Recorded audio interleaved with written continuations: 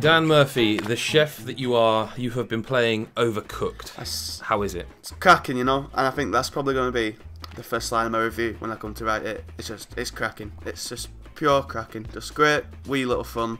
It's just good fun, and it's quite simple. Yeah, it's simple, nice fun, and there's you know, some games it's good to have loads of you know, deep meanings and other, you know, great story meanings and relations to real life and all that type of stuff, and sometimes that's needed, but sometimes it's not. Sometimes it's just good to have just nice, honest fun, and Overcooked is just that, but it's a lot more fun, as most games are these days, with other people, rather than doing it on your own.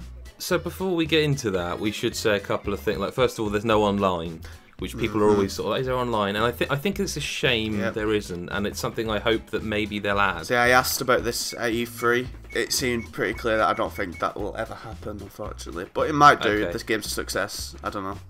I mean, it seems like the kind of game where it wouldn't be online. But what it is then, people are seeing it, but just in case they're not aware of what this is happening, is it is a single player. You can play, you know, you can press a button to switch between chefs, but basically you're in a kitchen. You pick up the ingredients, you chop them up, you put them in a pan, you cook them, you put them on a plate, you put the plate out, the plate comes back, you clean it up, and that's it. And am I right in saying that the difficulty and longevity comes from the fact that although that's quite simple, it gets difficult because of the environment? Oh yeah, it's classic. It's classic simple mechanic that has depth to it, and when you change other things about it. So at the start of the game, the kitchen is easy, and both chefs can go anywhere, and it's easy ingredients. So it's like 3 onions, onion soup, 3 mushrooms, mushroom soup, and well, the first mission is literally just onion soup. That's it, and.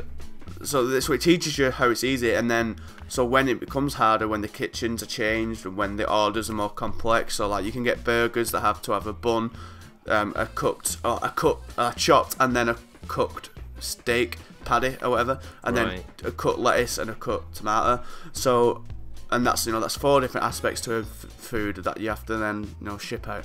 So it is like the classic simple mechanic that has depth to it, which can grow and change the difficulty as the game goes on. And yeah, it adds a lot of depth to it, and that's why it's a really fun multiplayer game, because when you're 2 people trying to coordinate a kitchen, it can be stressful, and things can go wrong, things can get set on fire that you have to then put out, and you know, your food goes to waste if you leave it on the oven too long, and you know, goes up in flames. You can and then, you know, stuff will have to just get binned. If you're too late on some orders, you'll get like angry customers and lose tips or whatever.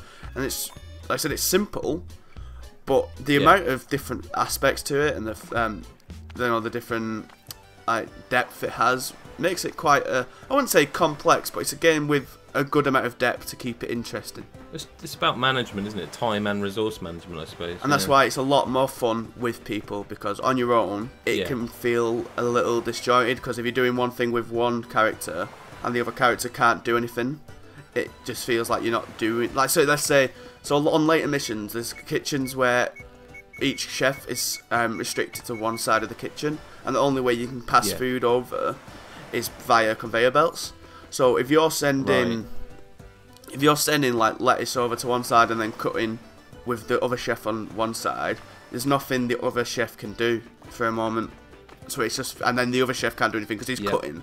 So it just feels like it's stop start when it gets to that type of stuff. So that's why the kitchens that are, even if it's still a difficult kitchen, so a ship where the stuff moves, or a truck where the kitchens separate, or later on there's like an iceberg you can make fish and chips for Eskimos on, and it's slippy and you fall off into the sea quite easily. But that's better because each chef can be doing something all the time, because you can go to any part of the kitchen.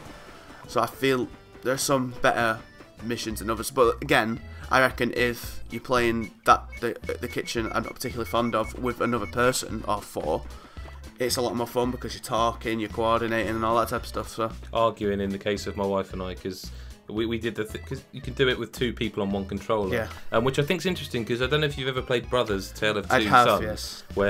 So I think there's although they would probably never say it, I think the options there if you want to play it.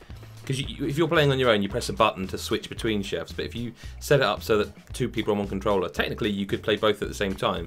I don't think it would be very easy. I think it would be like, it's almost like will people not speed run but do like these crazy challenges where they control both chefs at the same time? You know, yeah. There's a lot to it in that respect. There's a lot of ways to play. Yeah, I never considered that. That'd be quite a cool thing to see, and there'll be some madhead who'll be able to do that with that ease. And yeah, the music is top class. The presentation, it's all really good, and it's just fun, fast, simple gameplay. It's like, you know, I hope it gets a similar buzz as like Towerfall did and Needhog and games like that, which I hope it does. And this could be in a great event game as well, where, you know, loads of people come together and playing.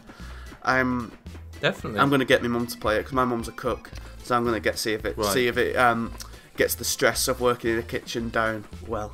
I'm intrigued to see the results. Fair enough. But yeah, it's a cracking Wii game, I think. Let's just come back to that word again. It's a game I could see coming to mobile, because all you literally need is to press a button to switch between your chefs, and have each of the things tappable. So like you tap the cooker and he walks to the cooker. Do you know what I mean? I could see it being motion controls as well, actually. Yeah, definitely. They should make a VR version. But that is Overcooked.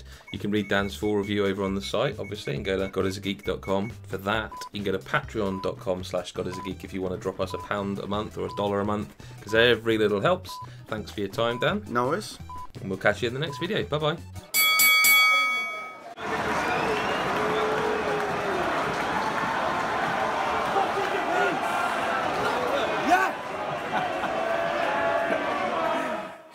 Back to GodisaGeek Patreon.